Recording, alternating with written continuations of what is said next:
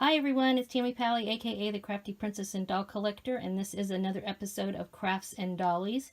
It's going to be more heavily on the dolly side and a little less heavy on the crafting side, but I have been making a few things specifically for the dolls. I guess I'll start with that since that's not a ton to talk about. I've been selling fake dolls now through my Etsy shop, and even though I have dresses for them in case somebody wants to purchase a dress and not just the new doll. But I've been feeling weird about them not having underwear. So I thought as a way to add a little extra something, I'm making these simple little underwear that this is sort of a copy of what a lot of the Takara stock dolls come with. Some of them have fancier undies, of course, but I took a pair of Takaras and just put it on a piece of paper and drew a template, and then I've just been stitching them together using this really stretchy, simple lingerie fabric, and I've been making a whole bunch of them because once it's just this type of thing when you're sewing it or crafting or whatever, it's easier just to make a whole bunch at one time.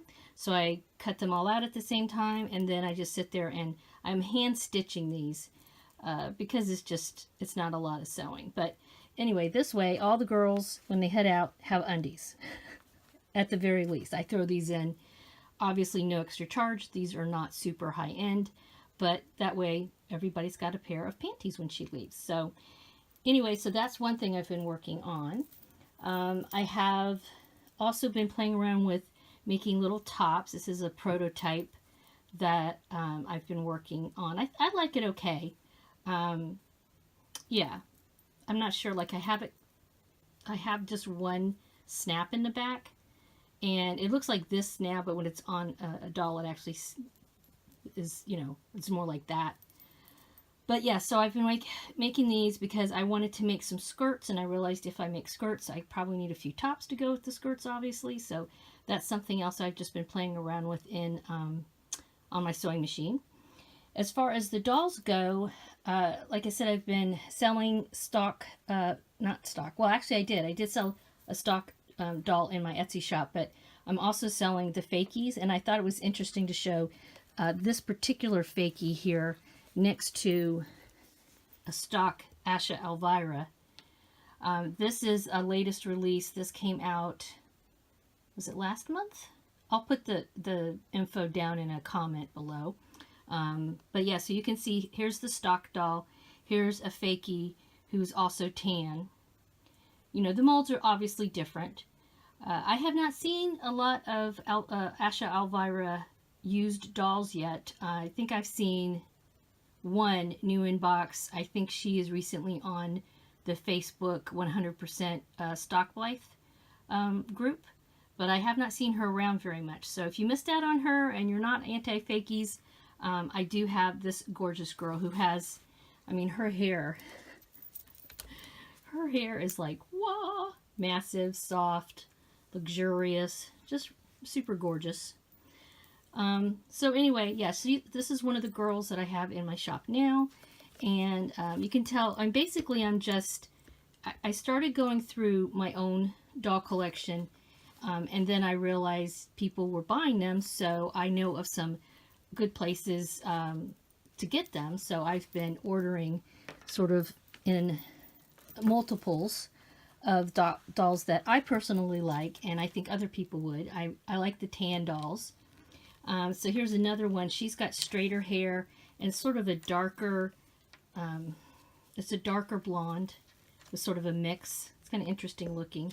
She does have this weird coloring up here, I noticed, but she would be good for anybody who just wants to try get a Blythe for the first time and try them out, or of course customizers. That's really what I'm selling them, as customizable dolls in my Etsy shop in the supply section.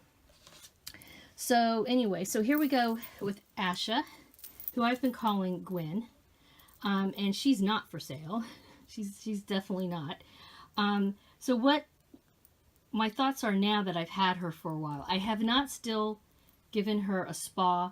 I think she could use one. I don't think it would hurt. Her hair's really okay as far as the feel of it goes. It's a little dry on the ends, but nothing massive.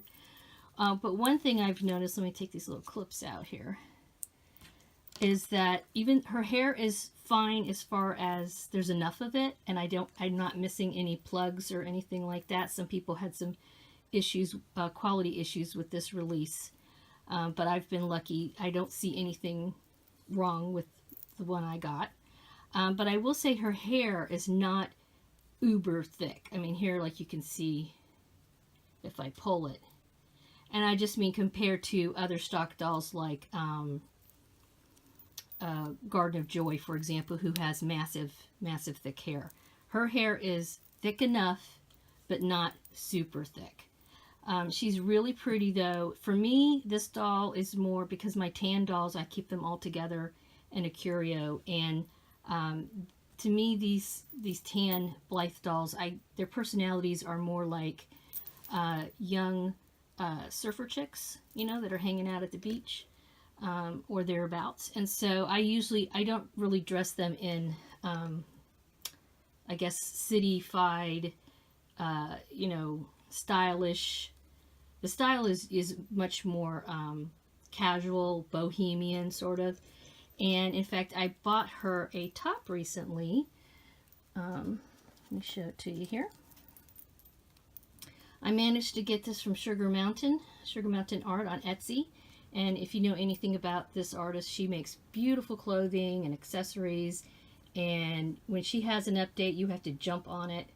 I think her prices are very reasonable for what she sells. And this is super cute. And I thought, I'm getting ready to change out of this little dress and put her in this. And I have some little jean shorts that would look cute.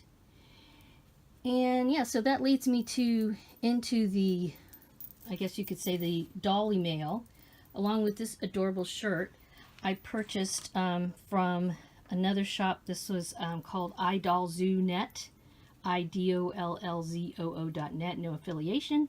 But I really like these faux hug or mug boots, and I thought these would be cute with this. One of the things that I have learned, and I'm passing it along to you guys, is that you do not want to have your dolls barefoot all the time, especially if they're standing on the plastic stand. Like, here's a stand, right? So for a while, my tan dolls were either barefoot or they had sandals, and I thought that was okay. But then somebody showed on one of the groups a while ago, she had a doll barefoot standing on one of these stands. I do not know how long that doll had been on there, but long enough to where the plastic against the plastic had basically melted the feet a little bit onto the plastic stand, and God forbid that would ever happen. So to make sure that it doesn't happen, what I've started to do is with really all my dolls, usually the dolls that I have, I usually either have socks or stockings on them, but because of their tan, I don't want to hide their legs. So I bought these little, short socks, and I'm going to put these on and then put on the Ugg boots so that there's some protection on the feet. And I think the Ugg boots, I'll just put one on without socks so you can see. They kind of have like a little bit of a hippie California vibe to me. So I had already purchased some of these. I have a pair that I think I have a gray pair and a blue pair from iDollZoo. So I bought these neutral colored ones, and then I also bought these pink ones. And I also bought the socks from iDollZoo and these little tennis shoes too, which I think would be cute. So they look like little Converse tennies, so these with the socks would work well too. And that way they look cute. They still have these sort of, like I said, the bohemian beachy vibe that I'm going for, but they also will have protected feet. Super duper important. Yeah. But yeah, so these are super cute. And yeah, I think that's kind of it. I really do like Asha Alvira, but like I said, some people did have quality issues with her. My only thing is that, you know, if you were to get her at some point, just be prepared that her, at least the doll I received, doesn't have super massively thick hair. Mine is okay, but it would have been nice to have her hair a little thicker, because as an example, if I want to put a clip or something in her hair, like here, I had these in there, but if I pull it from here up, you know, you can see the plugs. It's just doesn't look that good. Maybe from the front you wouldn't really notice it so much, but you know, so you can still kind of see it. So you have to be careful with what you're going to do. And I use these a lot, these little clips. In fact, I have them in the hair of what I was just saying her name, Garden of Joy. I use these. These are great for super thick doll hair. You know, for example, like this girl, I can do it, and you know, not a problem. It just pulls the hair off, and I don't have to worry about, you know, there's going to be all these, like a bald spot, I guess. So, yeah, that's what's nice. If you have thick hair on the doll, you don't have to worry about being careful when you want to pull their hair back. Because I like to have the hair away from their faces, so you can see their cute little faces. But yeah, that's it. I guess I will wrap it up here. Thank you guys as usual. If you're new, I'd appreciate a thumbs up and subscribing, and make sure you click the little icon bell down there so that you get notifications in the mail. If you are returning, I appreciate your support and for coming back to see another video from me. Have a wonderful Dolly Day, and Gwen says bye. Bye-bye.